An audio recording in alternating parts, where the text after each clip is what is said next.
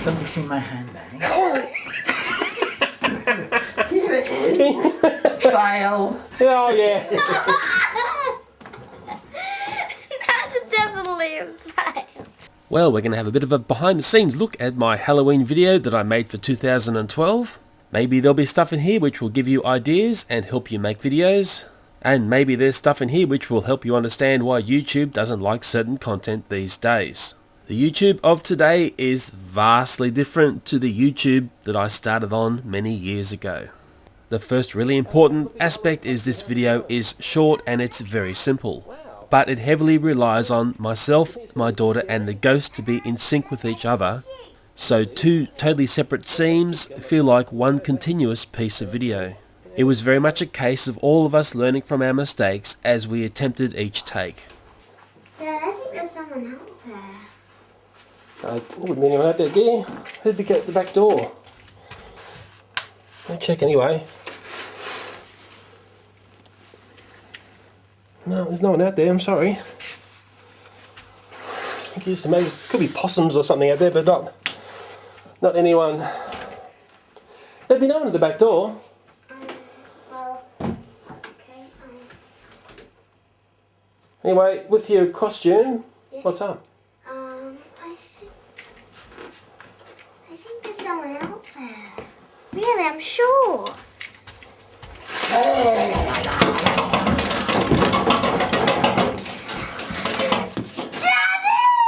Well, you've just seen the first take and it was pretty loose, and it's loose because there's lots of gaps in the verbal and also there's a few missed cues. What's really important about these videos is what's being said. What I'm saying in the video is driving the video. I'm very much relying on my daughter to reply and say the correct things, and also for her to have the correct eye lines and actions during the video. As soon as I felt there were mistakes being made, I quite often stopped and I went back to the start because I needed this first scene to be completely seamless and to have something being said all the way through. Well, how's your Halloween costume coming along? It's coming great, Dad. Let's have a look. Wow, are you sure that's not going to be too scary? No, Dad, it's cute. Cute. I wouldn't want that rocking up on the door. Oh, okay. Yeah. Dad, I think I can hear something. What? Well, how's your Halloween costume coming along? Let's have a look. It's coming great, Dad. Let's see. Wow, got a SpongeBob there for your trick-or-treats. Yeah. And do you think it's going to be too scary? No, it's cute. Cute? I'd be dead scared if that rocked up on the door. Yeah, Dad, I think I can hear a noise. I think there's something. I think the most difficult part of this video is the part where my daughter reacts to a sound, which actually doesn't happen. That sound gets put in a little bit later on. So getting her to react in the correct way to a sound she doesn't hear was actually a little bit difficult. But with each take, we refined what was being said and the mannerisms that we used that was being seen on the video. And because of some severe repetition and chatting about mistakes, we started to get things right. Great. Wow, you got a trick-or-treat bag there. And your mask. You sure it's not too scary? No, Dad, it's cute. Cute. If I had that rocking up my door, I'd be dead scared. Dad, I think there's someone at the door. That wouldn't be. It's the back door, dear. I'm just going to take a look. Dad, I think there is someone at the door. There wouldn't be anyone out there. Can you take a look? Oh, okay. So who'd be out the back there? I can't see anything. I can see your bike out there. There's nothing out there.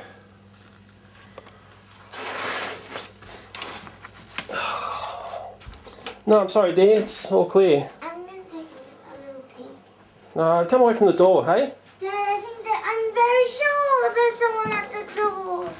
Well, it all started to sync together. We all understood what had to be done, but now I wanted the video to be sped up a little bit. I wanted everything to happen just a little bit faster.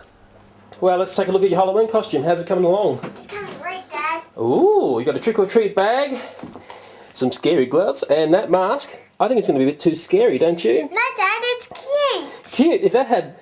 Oh, honey. Wow, let's take a look at your Halloween costume. How's it coming along? It's coming great. Ooh, you got a trick-or-treat bag?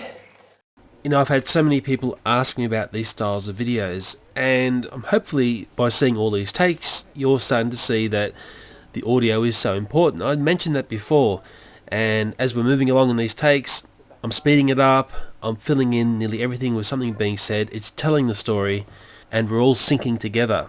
This is take 8, and take 9 is the one that I ended up using to fulfill the first part of this video. Hopefully by seeing all this, those people who take for granted the things they watch on YouTube will have another think about what they're looking at. Look, anything out there? No way. Don't worry, it's just... take a little look. Dad, I'm very sure there's someone out there. Oh, come on, give me a break. Oh! Daddy! Oh! How's your research going for Halloween? It's going great, Dad. Wow, you got your costume on. Wow. You got your bag? Yep. Cool. Those scary gloves. And that mask. Are you sure it's not too scary? No, Dad. It's cute. Cute. If that rocked up my front door, I'd be dead scared. Dad, I think there's someone at the door. That couldn't be. It's the backyard. Wouldn't be a chance of anyone being out there. Don't worry. Dad, I think there is someone at the door. Yeah, just be a possum or something. Can you please take a look? If you insist. Why does it always daddies have to do this? No, I can see your bike out there. Toys. No. Sorry, I can't see anything out there. I think. I'm going to take another peek. Right, well, if there's nothing out there, there's no reason to have a look. There's someone out there, I'm very sure. Oh, yeah, right.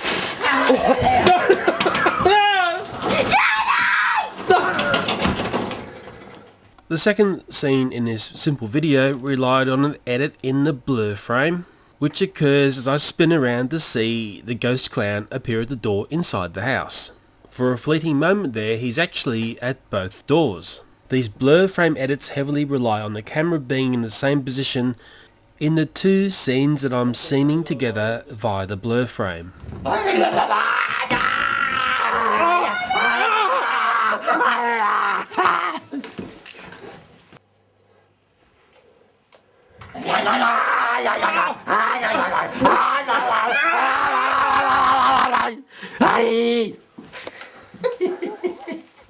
Another way of saying it, it's basically a bump edit via blur frames, and some people call them Cloverfield edits because of the way the film Cloverfield was edited together by using this very same method to piece the movie together. The audio in the background tends to mask the fact that an edit ever happened.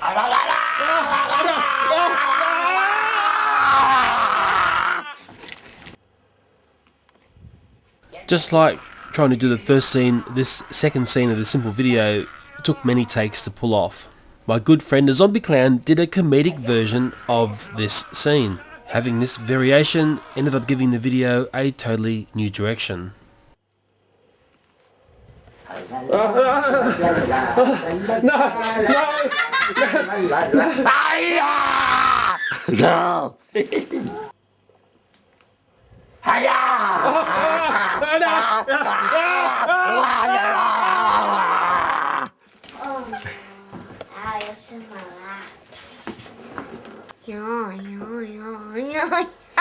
Fail.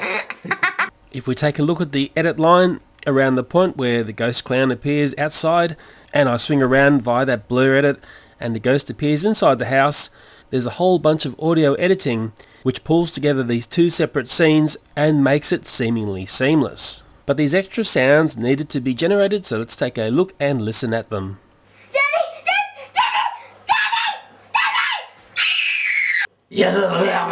Somebody in here. Somebody in here.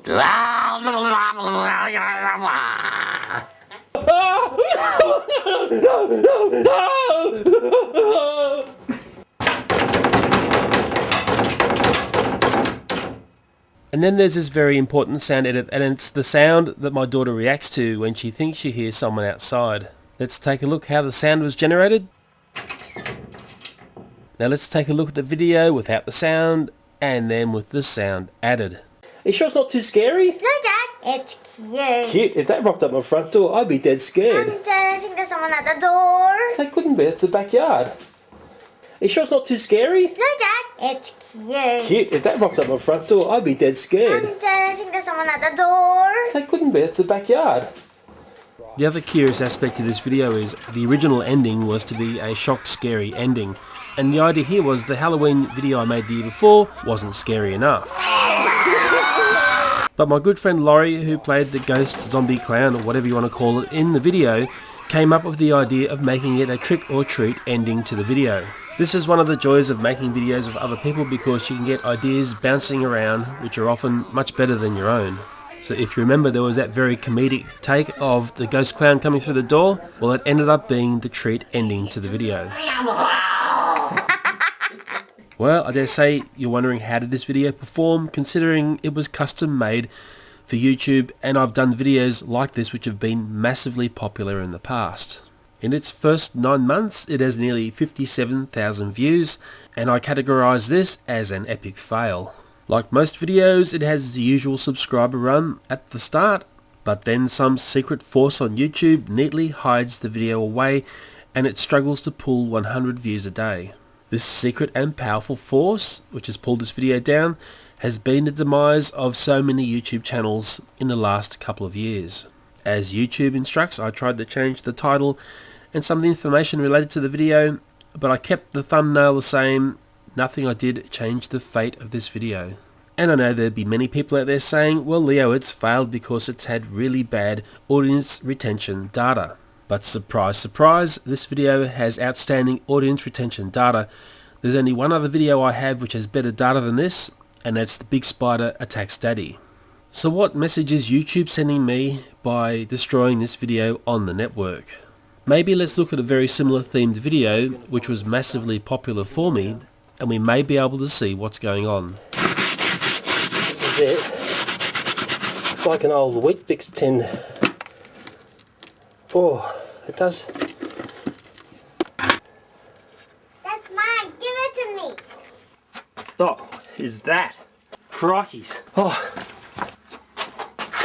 I'm getting out. As strange as this sounds, this single video transformed my YouTube channel from being a fairly small one to being a fairly popular one. It was a video I almost did not produce, and there was an American YouTuber named Mark Epsilon who suggested to me to make a ghost video because he said, hey Leo, they're very popular. Apart from being popular on YouTube, there were quite a number of TV programs that also purchased this video. But when we start looking at the data behind this video, we will see this video has had two totally separate lives on YouTube. There was its life before August 2011, and then its life after August 2011. A strange mysterious force pulled the pin on this video, and just like the game Kaplunk, as each of these faking gay videos was pulled down by YouTube, the knock-on effect to my YouTube channel was devastating. But very lucky for me, my channel was not completely made up of this style of entertainment. These changes came in abruptly and completely without warning. They also destroyed the lives of many people who had very successful YouTube channels. So here are the lifetime views of the video, nearly 10 million views, but you can clearly see this video has had two lives since it was uploaded in 2009. Back then my channel had very few subscribers, so it took some months before this video started to pull very good views. But then it started to average around 12,000 views a day, and from this very popular video I was able to make other videos very popular as well. This was a huge asset to have on my YouTube channel. But then came a sudden drop in views in August 2011. The word was there were changes to the YouTube algorithm. YouTube's new statements were you need to pull excellent audience retention to have popular YouTube videos. Subsequent algorithm changes destroyed the video's performance even further. Many YouTubers thought they could combat these changes by pumping the networks with even more faking gay content. In the end, their actions may have actually damaged their channels even further. I'm just here today at this cottage, and the people have asked me to come here to check out this very, very strange sicko ghost clown that's haunting them. And people tell me he frequents a house. Oh, hell. That's him. When hell's he gone? I remember the good old days when I uploaded videos like this, and this video is a fantastic example of using edits in blur frames because that's how this video was made as well. And to me, these sorts of videos is the light entertainment on YouTube. It's the stuff that makes people laugh, because we all want to be reminded that life is not always about being serious. As a video maker, I love making these styles of videos because they are so freeform. It's a great way to display your video prowess by using really simple techniques. But if we go and look at the data behind this video, we will also see that it has been completely hammered by the changes on YouTube. Like I said before, I'm very lucky I only had a couple of these styles of videos on my channel. But once you have a number of popular videos being detuned, it can so easily collapse a very popular YouTube channel. Yeah! The hell? Oh, come on. Oh, what's this? The door's closed. He's not going to scare me if he's fake under the mask. Ah!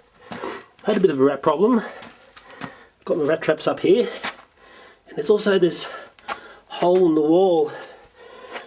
Yes, remember this failed classic? It was uploaded for Halloween 2011, just a few months after a massive algorithm change had wreaked havoc on my channel. I thought I could still make a fake and gay video work. How silly was that? Well, let's take a look at the view stats.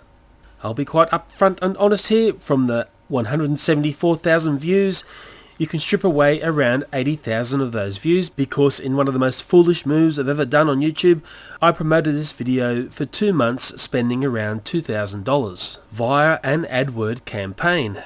I now know I would have been better off making a video of the money actually on fire. Back in 2011, I didn't understand that YouTube had decided the fate of this video from day one.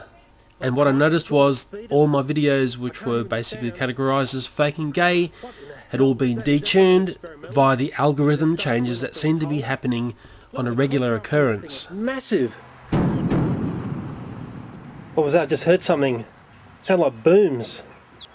I've now been through a couple of these algorithm changes, and they are very scary times. For no reason at all, your channel performance can be halved within a couple of days. And this ongoing effect may last weeks, it may last months, it may last years. I think the only thing that I've learnt from these changes is there is absolutely nothing certain on YouTube anymore.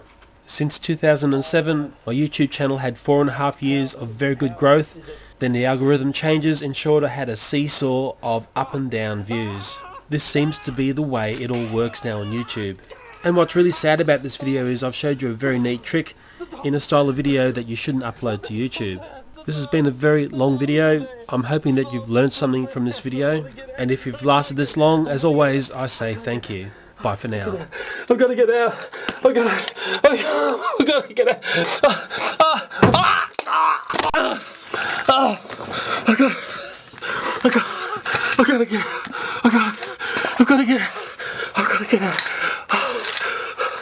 The box. I've got to send the box. The box.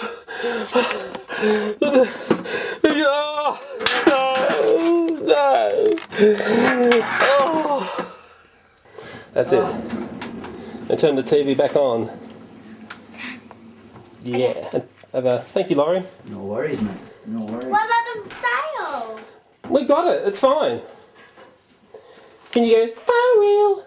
For real? Thank you. File. Take this! Oh! That's a file as well.